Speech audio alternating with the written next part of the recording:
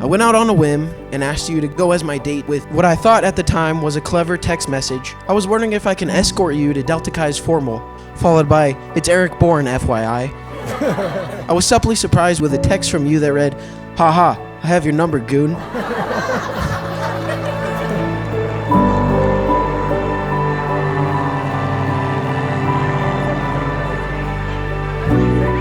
I knew Sydney had said she was crazy about him, but I realized that at that very moment that Sydney hadn't found her soulmate. Sydney had found my soulmate.